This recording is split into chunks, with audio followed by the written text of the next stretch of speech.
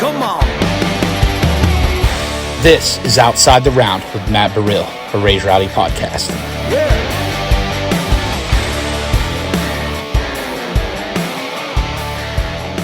What's going on, everybody? It's your boy, Matt Burrill. Welcome back to Outside the Round. And today, a very special guest.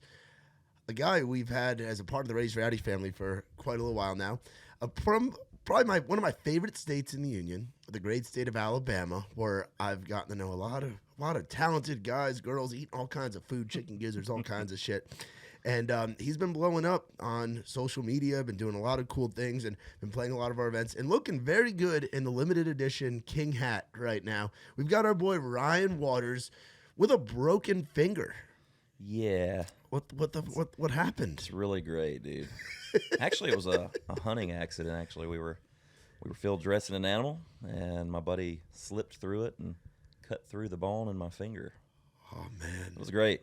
Felt really good. I said some choice words. Yeah, that is some typical like Alabama Roll Tide kind of shit. But you're Roll Tide, right? Roll Tide. But you're from the Auburn area. I'm about probably an hour south of Auburn. Okay. Not too far. I actually grew up loving the Auburn campus, believe it or not. I was an Alabama fan my whole life, but there's something about the Auburn area that's just Toomer's Corner. It's better. Yeah, there's just better. An energy about Auburn versus Tuscaloosa. It is, and don't get me wrong, like I love Tuscaloosa. Yeah, I do too. I love them both. I love them both, but just the area of Auburn is beautiful. Yeah. I think so. Yeah, a whole lot of country out there. So you've been.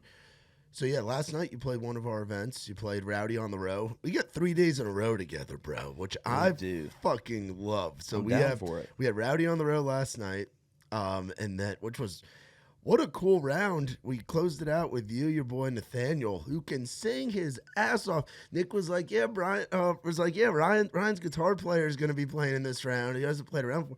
And then we're like, damn, he can play guitar and he can sing and he can write. Talk about your boy. Well, it's good. It's good to have somebody behind you. I think that a lot of these artists out here, there's a lot of people that are in kind of the shadow. But Nathaniel's one of those guys. He writes his own music. Like you said, he's got a phenomenal voice. And I told him last night when we were playing with Shackelford Lane, I said, these guys don't care. Jump in on it, play some lead, because he can pick the hell out of a guitar too. Yeah. And he's just, I've been trying to really encourage him to come and do more of these rounds because he's just as good, if not better, than I am.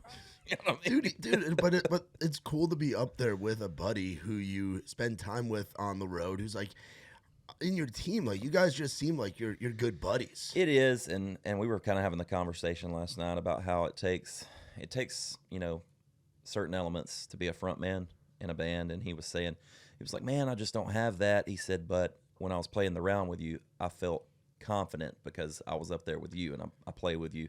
When we go out on the road and I get to see what you do, and it gives me the confidence to come up here and do this. And I was like, that's pretty cool. That's pretty cool.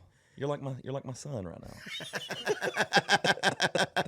And you know what's weird? What's weird? Nathaniel's I think he's 24 years old. That's it. Yeah, I would have thought everybody think he's like late 30s, but he's 24 years old. The same thing with the Shackelford boys. You look at Reed Shackelford. Everybody jokes around. Nikki and I have the joke that Riley Green is redneck Adonis, the Greek god of the South. Reed Shackelford, the younger brother, is only 22 years old. 22. Looks like he's 35. He's like a redneck Tarzan, bro. Like redneck Hercules. Like he's him. And so that was what was so cool. And I saw that was what closing out. I was like, cool. We got Ryan and we got the Shackelford Lane boys. And this Nathaniel guy sounds like he's going to be pretty good too, like your boy. And the 4 of y'all up there together. That was probably one of the funnest rounds I've ever played here in town.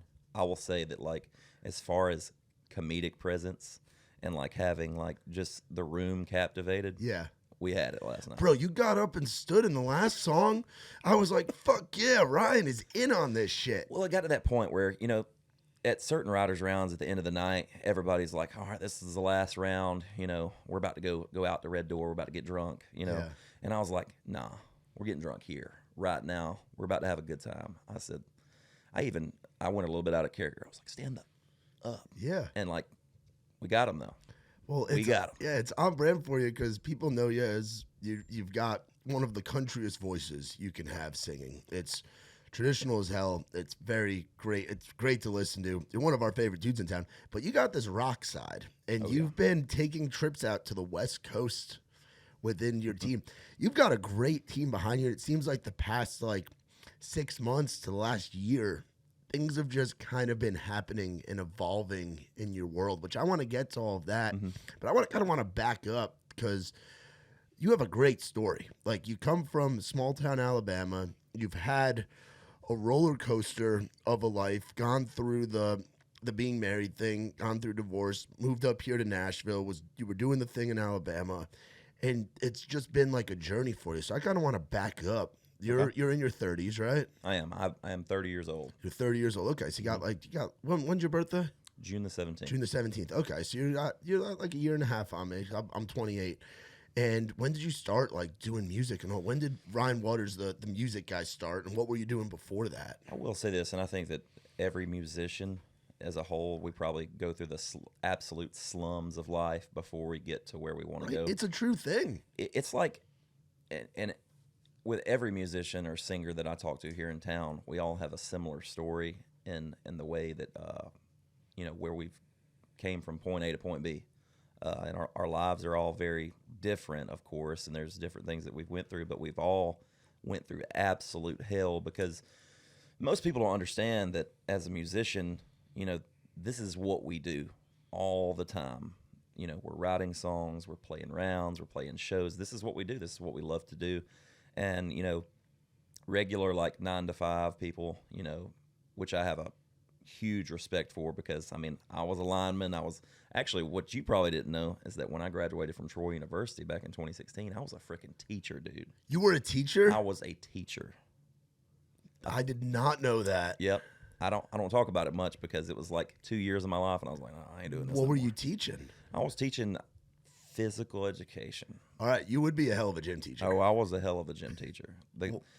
I actually taught. You know where Greenville, Alabama is? Yeah. at? Oh yeah. I've been through Greenville. Taught in Greenville, Alabama 1 year, and then I taught over in Troy, Alabama another year. But I enjoyed it. I enjoyed the kids and stuff, but it just wasn't for me. And I always knew coming up that there was something more that I was supposed to be doing. And back in 2016, when I graduated, I actually moved to Nashville in 2014. Really? And I came up here, and I had no clue what I was doing. I did the whole partying thing. That's all I wanted to do Broadway when I got boy. here. I brought my bros up here from Alabama, and every weekend that they were up here, we were getting into some kind of trouble. That's back when the Preds were really freaking good too. Oh yeah. I don't know. You remember the year we went to the Stanley Cup? Yep. So I think that was 2014. I'm not 100% sure on that, but I'm pretty sure it was 2014. But it was one of those years where they shut down downtown Nashville. The Penguins are in town, and it was just, the atmosphere was unmatched. But, it was an eye-opener for me because I was like, I'm living up in Nashville. Rent was still really expensive then, even in 2014, and it's gotten twice as bad now. But I had no idea what I was doing. I never played around when I moved up here in 2014. I was only here, I think, for 8 months, and then I said, I got to go back and get my degree because I'm barely making enough money to scrape by. You were doing the lineman thing at that point? No, I was 1 year from graduating college when I moved to Nashville. I was like, I want to go do music full time. And I got up here, didn't know anybody, didn't have a clue of what was going on, and didn't have my head on the right way. And I ended up moving back, getting my degree, taught for 2 years, gave that up, and started doing music, on the side again. I've been playing since I was 15, 16 years old. But when I got, back home, I started playing a little bit more, playing anywhere I could. Catfish houses, freaking. I know there was one time, dude, this is, man. Braden, if you're watching, this is your fault. This dude booked me, one of my friends booked me at a hot dog stand. Bro. In Slocum, Alabama. Slocum. I will never forget it. There were 5 people. And it was one of those things where you could hear a pin drop after you play a song. It was terrible. But I remember thinking, this is okay. I love doing this, though. I don't care that there's 5 people here. We're at a freaking hot dog stand. It was, it was one of those things. It was I knew kind of then, not nearly on the level that I do now, but I knew then that this is what I wanted to do.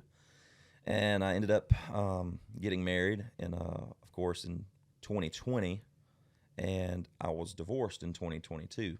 And that for me was like my life turned upside down, and it was like, and as well as everybody else knows, when you're trying to start over after being married or being with somebody a long time, it's difficult to get back into the groove of things. And I went through a phase where I was like partying a lot again and just not acting my age, just being a freaking idiot. And actually, my friend that's outside here, Sean, he called me one time. I actually moved out to Austin, Texas. You were in Texas? I just left Nashville. I just left, dude. I was living here, and I just left Nashville, and I was going to just give it all up over this girl I just met, right? I was just being stupid, young, dumb, and never mind. I won't finish that. But anyways, he called me, and he was like, dude, you've got a real opportunity to, like, have a career here. And I was like, man, I'm good. I was high as fuck probably, but we won't talk about that. Yeah. I guess they know now, but yeah. Anyways, it was one of those things where, like, I had to hit, like, rock bottom before I could, even think about climbing up out of that hole.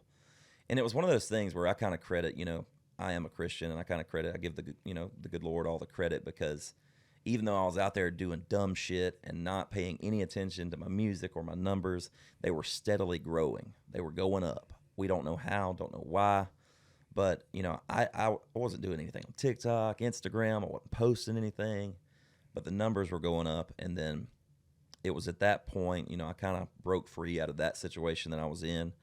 I became a single guy, moved back to Nashville, tried to get my life together, especially after the divorce and everything that had happened in that 6-month time span.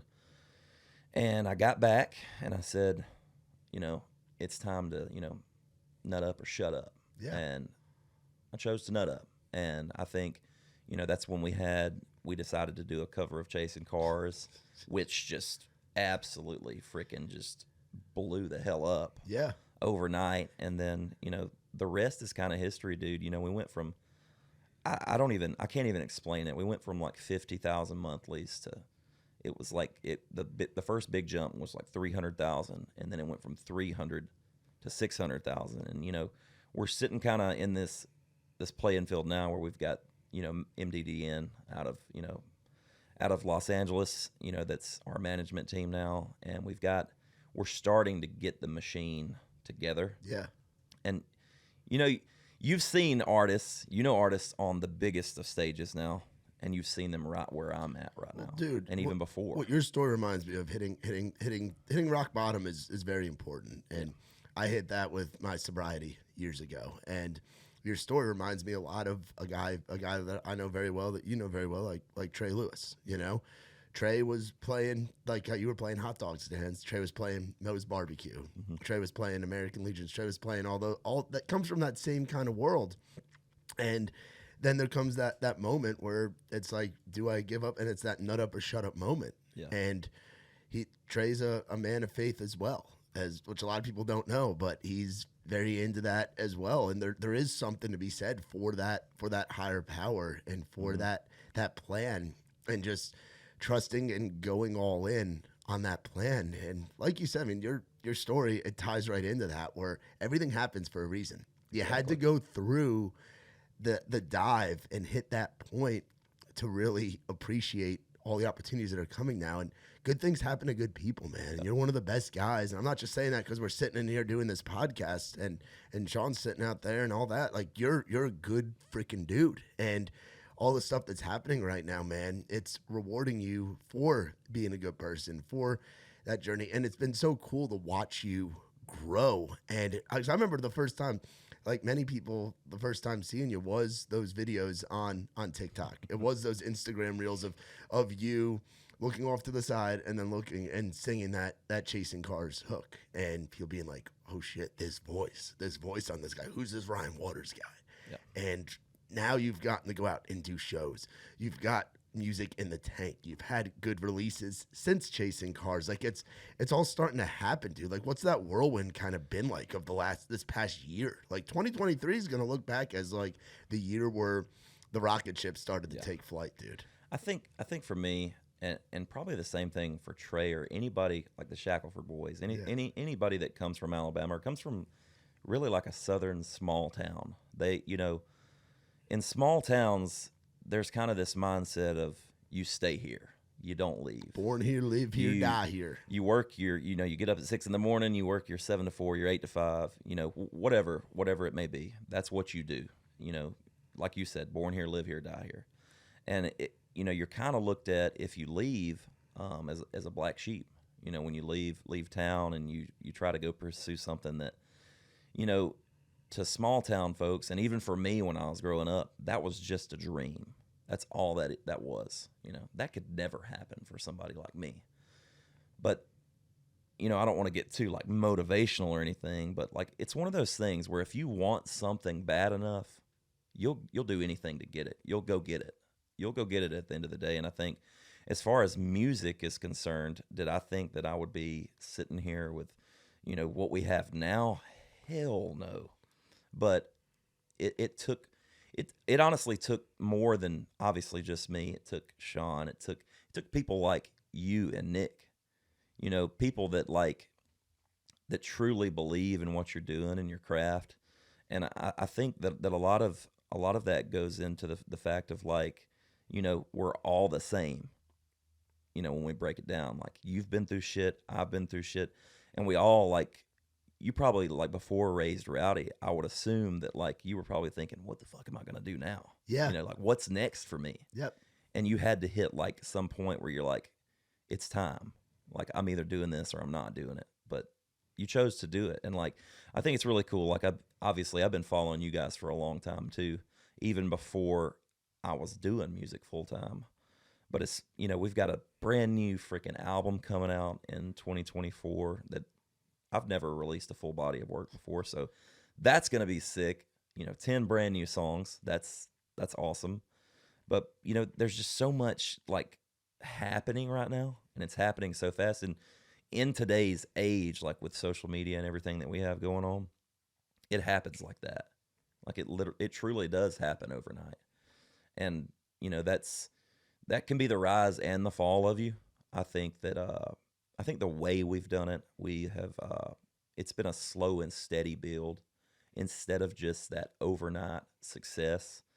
The slow and steady build route, I think, is going to be more beneficial for me because I've been able to go out and play the absolute dog shit shows. Yeah. And I've played the good shows and I've played the mid-tier shows. But the thing that I've, really like grown in, and Sean will tell you, and Josh, I think you spoke with Josh last night for the first time. Josh, what a dude, right? Dude, I had 40 minutes talking to Josh last night, and I was like, this guy is awesome. And he was one of those things. He was like, they come on probably. It's getting close to 5 or 6 months ago now that we first started communication with him, and he said, "Man, I saw the switch flip in you, Ryan." Like, and I felt it too. Like there was a certain point where I was like, I have to let go. Like I have to become this artist, this face of this band that people are growing to love. And it's weird still, like seeing people that are like true fans that are like, hey, sign my baby. Like, okay, Yeah. I will. But like, that's just, it's mesmerizing for me because as a young kid, I always thought that I was going to be a pro baseball player, which it didn't happen. I did play college baseball. Okay. Shouts out. LBW. But, but no, coming up, this is just something that was only a fever dream. I didn't think it was going to happen, but here we are. And now that I'm here, I don't plan on going anywhere anytime soon. Hell yeah. Well, I hope you don't go anywhere, dude. Oh, wow. Like we love having this community. So talk about Sean real quick. And how you guys got linked up, because he's been a huge champion of yours and somebody that has been in town now and been doing wearing a bunch of different hats, and somebody that's integral. And it's so important to have guys or girls on your team. and that are all in and on this journey with you, like in the trenches, as I like to say. He's been just absolutely instrumental, in developing me as an artist. He kind of prides himself in developing artists and, taking them from, this level of, they have talent to, I know I have it and how to use it. And he's been, first and foremost, he's been just an absolute gem of a friend. And I think in this town, a lot of this town is really based upon friendships and who you meet and who you're talking to. And it's about like showing someone that you really care. Yeah. Like this guy, I'm telling you, there's not a day that goes by that we're not, it could be like 2 a.m. and he'll text me and he'll be like, man, I got an idea for this song. And I'm like, it's 2 o'clock in the morning, bro. Nah, I'll drop everything that I'm doing. If I'm up and he's the same way. Like we're never stopping. We don't stop. We'll sleep. It's like a we'll sleep when we're dead kind of mentality.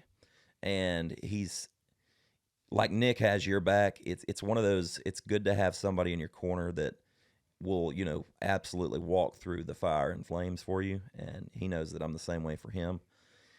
And it's one of those things where like a songwriting, from a songwriting perspective, it was like when me and him get in a room, we can write, hella good songs. And then we started sprinkling in people like Alex Maxwell, Brian Fraser, people that were like, that are all part of the Raised Rowdy family. And, I feel, pretty confident in saying that I'm part of that family now too. I love being a part of it. And it's garnered me so many, relationships, just being with you guys. And like I'm playing on the round with y'all tomorrow night too. Oh, dude, that's going to be absolutely a shit show. That's going to be fun. Yes. But, Alex, he texted me a couple days ago and he was like, hey man, you want to be on this round? And before I just said yes. And I was like, fuck man, my fingers broke. How am I going to do this? So I was like, Sean, you got to come play the round with me. You got to play guitar. And he's like, I'm there. And, that to me, having his friendship, not only his friendship, but like, dude's a hell of a good producer. Yes. Hell of a producer. I mean, all of our videos that we do as far, our videography, any recordings, if we were to do a podcast, he would do it. Like he is a mastermind behind, everything that we do. Yeah. So how was that initial connection made? Like, how'd you guys first get linked up? So I was actually, this was back in 2018. I was interning at Brantley High School in Alabama. And I gave him a call. I saw an Instagram ad for Hey World Studios. And I just called it. I'm out here at baseball practice. It's like 3:05. All the guys are getting ready. We're about to have baseball practice. And I call him. I'm like, hey, man, I got this song called Wife Up that, I really want to record. I've had, to that point, I'd recorded a couple things in Nashville that were just, the product was not good. It was just horrid, just really bad. And I said, dude, I've been burned a couple times. I've spent a lot of money already, but, I want to record this song. I think it's really good. And I ended up bringing it to him. And I'll tell you this. I remember getting the first mix back of it. And dude, like I teared up. I was like, that sounds like it could be on the radio right now. And that's like that's what I wanted to hear, this whole time. And from that point forward, we obviously kept contact. I got married, life happened, things got in the way. And it wasn't until about, I'd say 2020, 2021, like, that we started, recording and releasing a single every now and then again. And then of course, when I started, the marriage started getting rocky and I went through that, divorce, we started like, he was such a friend to me. He was like, just get in the studio. Let's take your mind off that. Let's write some good music. Obviously, this hell of a bad situation you're going through right now is going to garner some really good songs, which it did. Yep. that's a funny thing. Like when you go through absolute hell, you get some of your best music then. Absolutely. And I kind of look at it now like I'm doing pretty good now, But it's one of those things where security was better in that situation, and people like I said earlier, like they're not used to taking big risks and chances in small towns. And that was one of the biggest things that I think that she couldn't get over, was the fact that I was taking a risk. Yeah. She couldn't get over that. Betting on yourself. And even after that, there were times where I was like, did I make the right decision? Like I'm barely making ends meet. Like what's going on? I'm not making any money. Like I've quit my job now. Like I've moved to Nashville. And when I moved to Nashville, I had not a dollar to my name. I didn't have any money. I had a suitcase full of clothes. I had a freaking big deer head. And I was like, where am I going to hang this bitch? I ain't got nowhere to live yet. Yeah. And like Sean, I lived with Sean like 2 weeks. Like I was staying down in his studio. We had a little cot laid out, and I was just living there, being just a bum for like 2 weeks. But every day I would wake up and I was like looking for an apartment. I was looking for something, and I would go and play this crap show somewhere just to I'd make money. And I ended up making just enough money. I ended up getting this lease with this place that I'm still currently at right now, but I made just enough money for the first month's rent, and I have not looked back since. From that point forward, it was like grind, find, get anything you can to make it to the next month. And before you know it, we released a couple songs that went viral for us, and then we were hitting the road. We're playing Morgan Evans, Chase Matthew. We were out there with guys that are doing the damn thing now. Yeah. And we started, becoming respected, and they're like, "Hey, this guy's here to stay." Like he's not just a flash in the pan. He's got some pretty good shit. And we've built that, and now that we're here, dude, like obviously I don't want to ever go back to that. So I'm gonna constantly, I think as people, me and you are constantly thinking of ways to grow what we have now. Yeah, absolutely. There is never a day that goes by where we're like, we want to go backwards. Yeah. Only forwards. So that's enough of my soapbox, I guess. No, dude, I fucking love it, man. I love it. What was that first opening date like? Like who was that first tour with? Was that Morgan, or was the first date that I had? It was actually a date. We were in Grand Rapids, Michigan, and we got a show with Morgan Evans. Was that the Intersection? It was at the Intersection. Dude, I fucking love that and I place. love the freaking Intersection. I like Grand Rapids a lot. That's a cool. It's just a really cool city, dude. Yeah, it's just one of those Midwestern towns where it's blue collar. People love music, and the Intersection is one of those cool rooms where you have multiple rooms. So was that in like the main room? Was that downstairs? We were in the midsection, and I think what is that called? Is it Yeah, Elevation's the top, isn't it? Yeah, there's Elevation. There's the Stash, which is like the smaller like bar room. Can't think of the middle one. There's like the one in the basement, and then there's the Stash, and then there's like the big one. It was the mid-tier one. It was the one before Elevation. It wasn't the Stash, but it was the one right in between those. Okay. And of course, it was a packed house. And I'll never forget that moment. You never forget moments with artists like that. Of course, I was just coming into the fold. I was just getting my feet wet and everything. And I remember walking in, and it was actually the next day, dude, that their divorce was announced. Oh, wow. Yeah. What a time to be the out next day with Morgan Evans. But I remember going back there, and there were 3 dressing rooms in this particular part of the Intersection. And actually, Elevation is the mid. The Intersection is the top. Yep. Okay. So that's what it is. It was Elevation. And we go back there, and one of the stage managers and the guys that are working back there, they were like, every room had Morgan Evans on each door. I was like, shit, where am I going to put my guys? Like, we're at a bus. Like, what are we going to do? Go sit in the bus? And so Morgan comes out, and he's like, hey, man, what's up? And, like, we started talking. He was like, y'all take this room. He moved his entire team. He had, like, six, 7 guys in there with him. He moved into another room and gave us his room. Wow. And I was like, I really like this guy. Yeah. This is a cool dude. And that was just one of those moments for me where I was like, he didn't think he wasn't too big for me. And like he showed me like, humility, and what a cool dude. Made me want to freaking go to Australia and dance with kangaroos. I don't know, man. You know what I'm saying? Like, what's going on here? But he was a really cool guy, put on one hell of a show. And that was the first show for us that I was like, there's no doubt. This is what I want to do.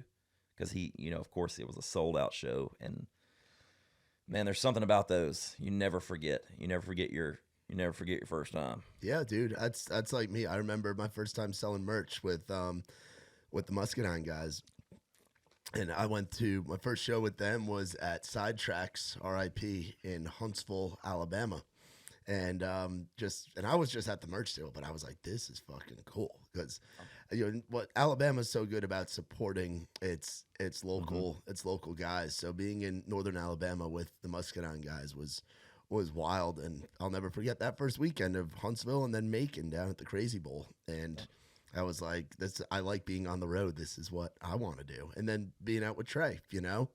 I got to see a lot of cool shit doing that. There's something about the road life, and you're just right now at the starting point of when booking's going to be happening, and like you're going to be 2024, you're going to be gone a lot of weekends, but you're going to be playing your songs. Yep. You're not covering. You're going to have some covers in there. Everybody does, but like you're going to be playing songs that you create, that you're going to be able to tell your story, and people are paying money and buying your t-shirt and doing all that stuff, dude. It's a crazy thing to think about from where you started to where you're at now and where you're going to. And it's also crazy, like our set, like the covers that we do have, we released. Yeah. Like it's like we've obviously we've got this Shania Twain cover coming out in December. Dude. That's been getting some hype too, right? Oh my Lord. I think it's going to be, I think it has a chance. Like Chasing Cars was obviously huge for us, but this song is got a chance to be even bigger because, it's right in the line of like, it could be a wedding song. It could just be a love song. And like, don't get me wrong. Like Shania's the queen. Like she that's her song through and through. But like we did something with it. Like my voice did something to it that just like when people comment on it or they make a comment on it, they're like, it just sounds country now. Just sounds so freaking country when you sing it. Like, and I was like, that's a compliment. I'm from South Alabama. Of course I'm country. But when I met those Shackleford Lane boys, oh, dude, let me just tell you, I'm country. But they make me look not country. Dude, Jesus. Their family's been farming cotton and soybeans for generations in Otagoville, Alabama. They got like thousands of acres, dude, and they're in their own world down there, dude. It is crazy, and those boys are as country as it gets. But that's what excited me about you guys being on the same round last night, because I was like, I know you guys have heard of each other, maybe met in passing, but having you boys on stage together, I knew it was going to be something special. And I look forward to you guys writing and creating together because you guys come from that similar background. And yeah, those boys, when they play that honky tonk, that first song they played last night, the room's like, what the fuck? Yeah, I didn't know where they were going. They said, we've got a song called Deep in It. I was like, this is gonna be interesting. And then it took a turn for me. It was like being deep in the Bible. I was like, that's a hit song right there. Like, look, like these guys they're the real deal. I really enjoyed hanging out with them. I actually got to go to Red Door with them for a little bit afterwards. Red Door with the Shackleford boys and Nikki T. That is a Red Door adventure right there. I walked in and Will was like, man, you ain't gonna believe this, man. I was like, what is it, Will? He goes, they got Coors Banquet on draft. He said, we ain't got this back in Otagoville. I said, I ain't got it at Laverne either. I promise you. I thought that was awesome, dude. They're a good group of guys. I actually got to meet when you're in Alabama, there's such it's a small music scene. You think it's huge with you got Riley and you got all these guys, Muscadine, that are just absolutely tearing up the scene. But then you got these people that are huge in Alabama that haven't like quite broken that mold yet. But like if you go to a show in Alabama, it's packed out. Yeah. Like Blaine Rudd, for example. Oh, bro. And he's up here now. He moved up here. Had never met him until 2 weeks ago when I did that round with you guys. He was playing the round after me. And we got to meet, got his number, and I was like, let's ride, dude. because like we're just Alabama boys, and that was the same thing with the Shackelford Lane boys. It's like, let's do this shit. Let's get in the writer's room. Let's write shit that's like personable to us because we're from the same state. We've been through the same shit. We're cut from the same cloth. We like to hunt, fish. We like all that shit. Let's put it together. Let's put our heads together and make some killer music. Yeah, I think we will. And it is such a supportive scene, I think. I mean, every local scene has like its local like cliques within it. Mm-hmm. But that's something that Georgia's been doing so well for years with the guys from South Georgia, like your Swindells, your Luke Bryans. Now you see like your Trey Landons, your Dylan Marlows, your Brian Fullers, like the guys and girls that come out of that Georgia scene. I think Alabama's right there with it, whether it's folks from the center part of the state, the Birmingham crowd, or it's the guys and girls from a little bit lower in Alabama, like the Muscadine guys, yourself, Shackelford, Ella, Tyler Braden. Like there's so much talent that comes out of there, and there's so many of you guys and girls up here now. Dude, I can remember when I was, this is when I first had made an Instagram account. This was like 2012. I can remember hearing this guy posting covers. I followed him. He was from the Montgomery area, and I was like, dude, this guy's voice is just fucking phenomenal. And it was Tyler Braden. Yeah. And I was like, he wrote this song, Little Red Wine, I think. And I was like, man, that is freaking awesome. And then now, like, to me, I will say this. I get asked all the time, like, who's some of your favorite, artists right now? He's one of them, dude. Yeah. His voice is phenomenal. At the top of my list is Cameron Marlowe, though. Oh, dude. I'm a big Cameron Marlowe fan, dude. He's such a good dude. I first had him on the podcast. He was part of our COVID days in 2020. We had Cameron right as he signed his deal and was really getting going. Just a phenomenal voice, and he's one of those guys where you can't find a bad song on his record. Yeah, he could sing the phone book and it'd be a hit. Exactly, dude. And I think you're right up there. Honestly, honest to God, and that's something people say like the covers that you put out. The thing is, they're covers, but I think they're just a different perspective and a different take because you make it your own. Like Chasing Cars, great song. The original is awesome, but your version, you make it a Ryan Waters song. Well, Same thing with the Shania track. I remember I actually sat down in the studio with Sean, and we were at this point where we had a couple viral videos, viral success on songs, and we were like, what's next? And I said, dude, I think we should do this cover of Chasing Cars. I've been playing it on lives a lot lately, and people are they're going crazy over it. And he was like, yeah, I don't think that's the move. And then I said, let me just sing it. And I was like, we do it all. He was like, oh shit, yeah, we're doing that. It's the face we all had. What was that? We're doing that. Like, I'll do that with you. And we got in the studio and did that. And like, I remember the first like mix we got. He was probably pissed at me, but the first mix we got of it, I went out and sat in my car. I had like a blue jean jacket on. I was sitting there and I was like, if you're a fan of Chasing Cars, I don't remember exactly what I said, but I was like, let me know if I should release this country version of Chasing Cars. Here we are now. That's the most viewed video like I've ever had. 17 freaking million. It's insane, views. Isn't it? It's just absolutely insane. But I had no idea that it was going to have that kind of impact. But here we are. And who would have known? Some of the best, in my opinion, some of the best songs of our lifetime are cover songs. If you think about it. Yeah. I mean, there's when you think of "I Will Always Love You," you think of Whitney Houston. You do. Yeah. It's Dolly Parton's song, but you think Whitney Houston. Same thing with Tennessee Whiskey. Exactly. You think Chris Stapleton right off the gate. What was the 9 Inch Nails song that Johnny Cash did? Was it Hurt? I think I was Hurt. Yep. That's like I think of Johnny Cash when I think of Hurt, and it's one of those things where I think you're not necessarily trying to take away from that artist.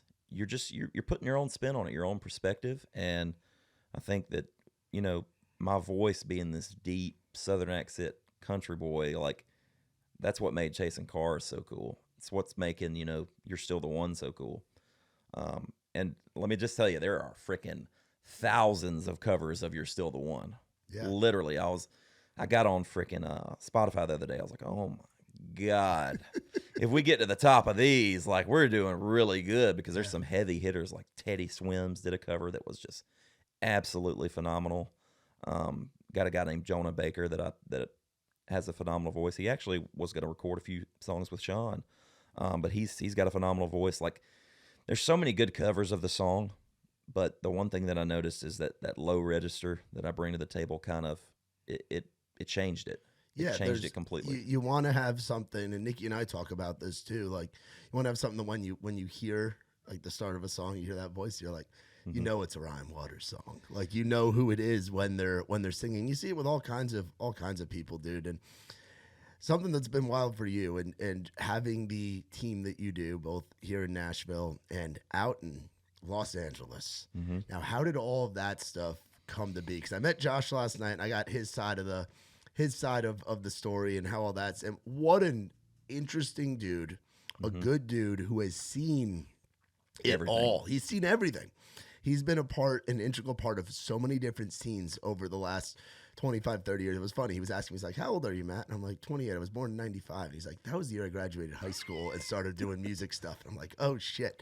Like, he was around for, like, the Woodstock 99 stuff, the Warped Tour, obviously all the Good Charlotte stuff that his brothers were doing, and, like, just seeing so many different things. How do you end up in that world? Funny story there. I was sitting at home, and I got this DM from a guy named Benji Madden. And I was like, I'll be honest with you, I didn't know who it was. Yeah. I had no clue who it was. And he was like, man, I love your music. I want to hop on a phone call. I want to discuss some things. I think that we could have a future together. You know, and I was like, I don't know who this guy is, but he's verified and he's got a huge following, like, whatever. So I go in the studio that day, and I'm talking to Sean. And I was like, hey, man, this guy named Benji Madden messaged me and wants to hop on a phone call or a FaceTime. And he goes, Benji Madden. And I said, yeah, who is that? And he's like, only like half of Good Charlotte that is like one of the biggest alt rock bands of all time. And I was like, or pop punk, bands of all time. I was like, Good Charlotte, like the anthem Good Charlotte? And he was like, yeah, those guys. And it was one of those things where I was like, how did he find me? Well, funny story, he found me because of the Chasing Cars video. And he said, the funny thing is, he says, I don't use social media a whole lot. He said, I don't get into the whole Reels or TikTok, TikToks. I don't watch them frequently. But he said it was about 2:00 in the morning. I was sitting in my house, and he said, your video of Chasing Cars popped up on my phone. And he said, I heard your voice. And I was like, and this is what he said. He said, that guy's a star. And I was like, you said that about me? That's awesome, dude. And we went out to Los Angeles, and we first went to Vegas, and we got to see the When We Were Young Fest, which, let me just tell you, bro, what the fuck, was incredible. I was like 2 feet. Lil Wayne's walking by with a huge blunt, bigger than him, walking by me, and I'm like, oh my God, I could touch him right now. I would get body slammed, but I could touch him right now. And it was cool. He went out there with Good Charlotte. They killed it in front of 100,000 people. Like, it was insane. I've never seen anything like it before.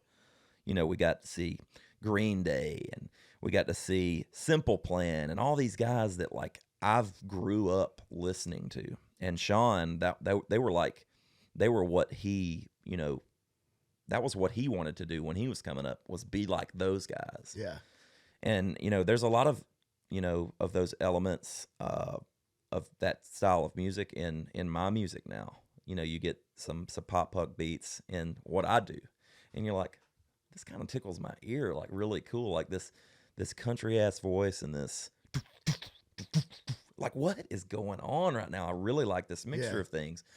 And, it was one of those things, we went to Vegas, had a blast there. The next morning, we're on a plane trip to L.A., and before you know it, we're eating sushi, and Joel Madden's in front of me, and Benji Madden's across from me as well. And we're just shooting the shit, talking about life. And you're talking about two of the most just absolutely down-to-earth human beings. Like, they could hold a conversation like me and you are holding right now. That happen to be rock stars. That happen to be mega rock stars.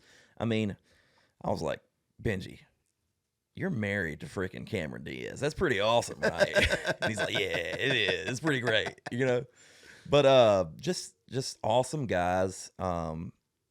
It's so like, I don't know, it's eye opening for me. Like I was on a bus, like we were in Vegas and we were headed back to like eat this like really fancy dinner. And you know, I'm used to like your fried chicken in Alabama, like the Chicken Shack in Laverne. I don't know if you've ever heard of it, but the Chicken Shack back in Laverne. But we were going to this really, it was like it was underground. It was like a nightclub. Like you got a singer on stage with like the stand-up bassist. You got the whole thing. It's like burlesque. You ever seen that? Like dancing and singing. It was really cool. And we're in this bus headed there, and I have this conversation for 10 minutes with Nicole Richie, and I'm like, what is life right now?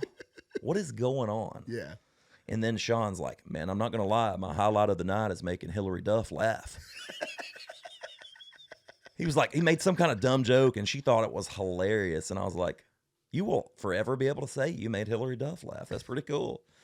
But no, it's like, you know, when we were there though, you have to flip a switch and hit a certain gear and think like, you deserve to be here, dude. You deserve to be here as much as any of these people do. Like you've got a long way to go. Obviously, these people have had, you know, 20, 25, 30-year careers, and that's what we dream of having, right? Yeah. We want to have that same kind of success. And I think that the way we're doing it, building it slowly, brick by brick, and laying just a absolutely phenomenal foundation down is gonna ultimately lead us to those 25 and 30-year careers. Dude, that's wild, man. Yeah. I remember when I first met you, I think it was at Ella's release party. Was when I first met you, and Lane Flournoy was like, you gotta meet, you know how Lane is. Yeah. You gotta meet this guy. You gotta meet this guy, bro. You gotta meet this guy. He's next to Alabama. You gotta meet this guy. And then we had you on a round not long after that, and to see where things have progressed from then back in like the summer, like springtime to now, dude. It's awesome, man. It's crazy too, because you see so many overnight successes, and some of those that are just doing still absolutely big things. You know, one of the things, you know, that Sean did early on, you know, he actually recorded Bailey Zimmerman's first song, Never Coming Home. Oh, wow. And, you know, that was back during, I believe that was in 2020 during, you know, the COVID year. And, you know, Never Coming Home blew up on TikTok, and the rest is kind of history. You know, he's one of the biggest artists, you know, I'd say he's in the top 5 now, you know, and just heavy hitters. And, you know, of course, Sean got you know, to record Chase as well on the come up, Chase Matthew. And, you know, it's kind of one of those things where he's always told me, like, you know, I feel like you're gonna do something big. And, you know, and I think every artist struggles with this. I've been at points before where I was like, why am I not doing that? Why are people in front of me doing this, and why am I not? But that's where you chain yourself up. Is when you start thinking about what everybody else is doing, you lose sight of what you're doing. Dude, it's so important to put the blinders on. And it's like they teach you in AA, like it's identifying, not comparing. You know, it's everybody's path is a little bit different. Mm-hmm. And I think I wouldn't have it any other way. I would go through the absolute shitstorm of that part of my life that I did again in order to get where I'm at now. I would go through hell again just to get here, because I think it not only had a positive impact on my music career and journey, but on me as a person. Like, dude, I've transformed into just what I feel like. You know, a couple of years back, I was like, I didn't know who I am. Like, what's my identity? And now I do. I know who I am as a person and as a singer or musician, whatever you want to call it. And that's a good feeling to have, which I know you probably went through a similar thing. You probably went through a phase where you were like, what am I doing? Yeah. What's wrong with me right now? Yeah. And then you hit this point where you're like, I'm good now. Yeah. I like my life right now. It's great. And dude, absolutely. Obviously there's still things that are gonna get in the way and be a damn hassle at times, but you can combat them a lot better now than we could then. Absolutely, dude, for sure, man, for sure. So what are some goals now? It's crazy we're at the end of 2023, bro. Like, it's crazy that this year And yeah, getting into 2024, big release to close out this year. And what are some of the things we have to look forward to going into the year 2024? Well, one of the first things that I want to happen is for the Tide to win the national championship. Yeah, That would be great. Yep, the power of the SEC with the selection committee, bro. You lucked out with that. There are some less than happy people, I will say that. In the states of Florida and Georgia right now. You had to like, I'm not going to put your feet to the fire here, but if you look at, who we've played versus who they've played, no doubt they had a phenomenal season. Yeah. They're 13-0. Great. But would that team beat Alabama on a neutral site? Yeah, I don't know. But then it's like, I don't think so. Then it's like, what do you? But you can't. You don't know for sure. You know what I mean? Then it's like, how important is the regular season? How important is winning your conference championship? It's just four teams isn't enough. Yeah. Well, plus we'd all love more football. I really thought that this year, and I know that they couldn't do it, but how cool would it have been if they would have been like, if they would have held an emergency meeting and they're like, hey, we're going to let 6 teams in this year. Because I really do believe, this is just me, and I'm a Bama fan. This is coming from a Bama fan. Georgia's one of the 4 best teams. Oh, yeah, absolutely. They were in it all year. No doubt. Yeah.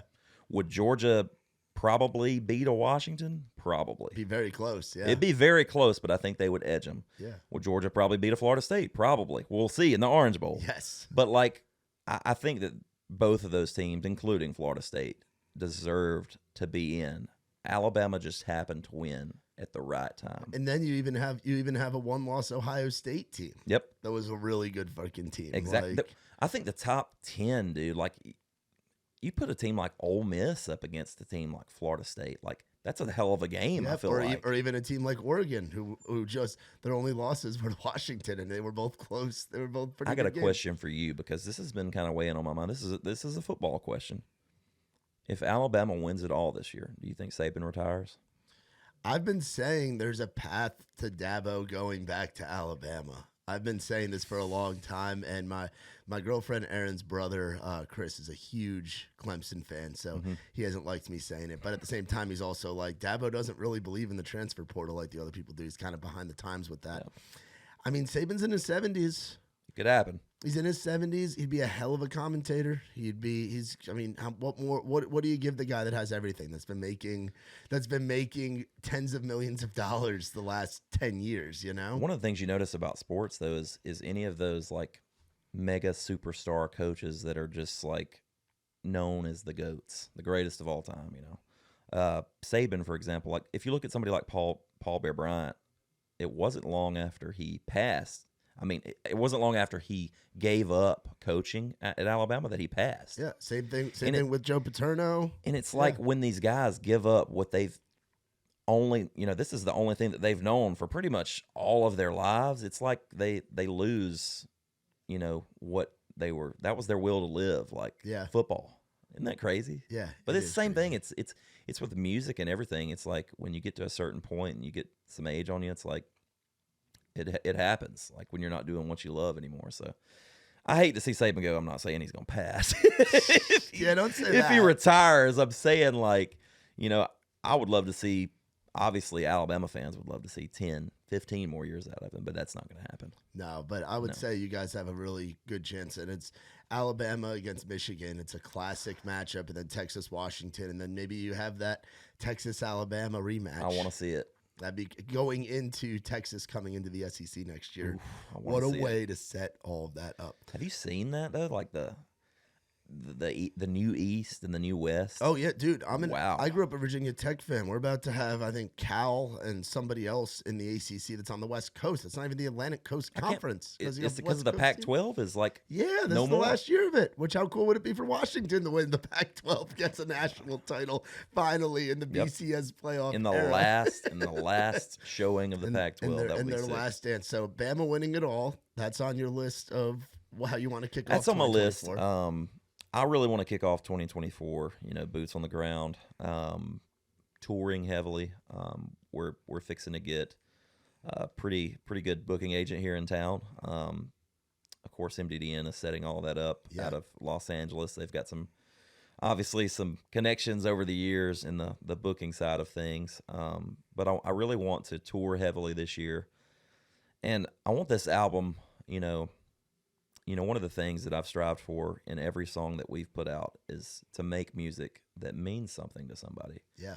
And I want every whether it's 8, 10, or 12 songs. We don't know what we're going to get yet. We know at least 8. But no matter how many songs are on this album, I want for it to, these songs to all mean something in some way to somebody. And I think they will. There's, we got to play a few of them last night, Yeah. and people, they were like, wow, this is going to be some heavy hitting shit. Like When It Don't. I don't know if you remember that first one from last night, but it's going to be a really good one. That one's actually the one that we wrote with Alex and Brian. Going to be a really good song there. And then Bloodstream, man. Yeah. The whole alt rock vibe, Three Doors Down meets Creed meets Ryan Waters. Like, what the hell is this, Yeah. We've got some really cool stuff, though, man. It's just, there's a lot of stuff I want to see happen in 2024, but if anything, if we grow, I'm good. If we grow even a little bit, I'm good. But obviously, I want to play a stadium at some point in my career, in my life. I want to play a stadium. I want to tour the world. I want to be everything that, I've only dreamed of as a kid. Yeah. So, hell yeah, dude. that's what I want. That's a good little wish list to have on there. Oh, And yeah. I think a lot of that stuff is attainable, and we cannot wait for the new music. Now, when does the next release drop? The next release is December 12th, and that is Okay. our Shania Twain cover of You're Still the One that Okay. we're obviously really stoked about. So that'll be out by the time this podcast comes out. So Exactly. I'm excited to hear that and see what that does for you, man. And honestly, I'm thankful for your friendship and your brotherhood, and you, Sean, Josh. The whole team is like family to us, and we really appreciate it. And it's guys like you that make it so enjoyable for Nikki T and I to do what we do with Raised Rowdy, because we say we're for fans by fans, and we're pro artists, and we want to see good guys and girls and acts that we believe in succeed and do what they want to do, and anything we can do to help along the way. That's what we're here for. We're here to tell people about shit that we think is cool and just be good ambassadors to the community and big parts of the scene here in Nashville. And you're a huge reason why we do what we do, guys like yourself. So it means the world to have you on this podcast. Was this one of the first podcasts you've done, or have you done a few already? This is actually the very first one I've ever done. This is the first podcast ever. Very Fuck first one. Yes. I love that. Very first one. We love popping pod cherries, man. We love popping I was pod about to cherries. make the joke, but I was like, Matt's probably going to I'm make going to it. do it, yeah. I'm always good for that. Now, if people aren't following you already, where can they go? They can go Instagram, Facebook, TikTok. It's all at Ryan Waters Band. And yeah, that's the 3 platforms that we spend most of our time on. Of course, we have YouTube as well. Yeah. Which is also at Ryan Waters Band, which we're trying to grow heavily because YouTube Everybody is huge. Yeah, and they got money to pay you. Oh if yes, you're with monetization on YouTube those- is monetization huge. on YouTube Shorts. If you're not doing that, you're doing it wrong. Like, you're doing it way wrong. Yeah. But yeah, it's at Ryan Waters Band on everything, and let's continue to build it together, guys. We got the website. We also have it's RyanWatersBandOfficial.com. If you want any merch, there's merchandise on there. There are our tour dates that are coming up, and any information as far as music and anything you want to know. Our bio's on there. If you want to get to know me and my team a little bit more, you can figure it out on there. Hell yeah. Cool. Well, y'all be sure to check out our boy Ryan Waters. You're Still the One I Want is out now, along with a bunch of other great songs and releases that Ryan has been putting out and just absolutely crushing. And y'all be sure to follow him if you are not already. Appreciate you guys and girls following along with what we've been doing here at Outside the Round. Shout out, of course, Whaletail Media, Saxman Studios, our boy Mitch Wallace with the Digital Marketing Agency. This is actually going to be our last episode for a little while, because we're getting ready to go into a brand new podcast studio. We've signed the lease, and we're building out Raised Rowdy headquarters down the street here in Hermitage. So we're going to be taking a little break from podcasts, and couldn't think of a better guest to have to close out this era to get into the new one that we're doing. But y'all stay tuned for updates. Follow Raised Rowdy. Follow what we do at Outside the Round, and visit raisedrowdy.com for more. Like, rate, subscribe. Of course, tell your mama and them. And we will see you next time in the year 2024. For my boy Ryan, I'm Matt Burrill. This has been Outside the Round.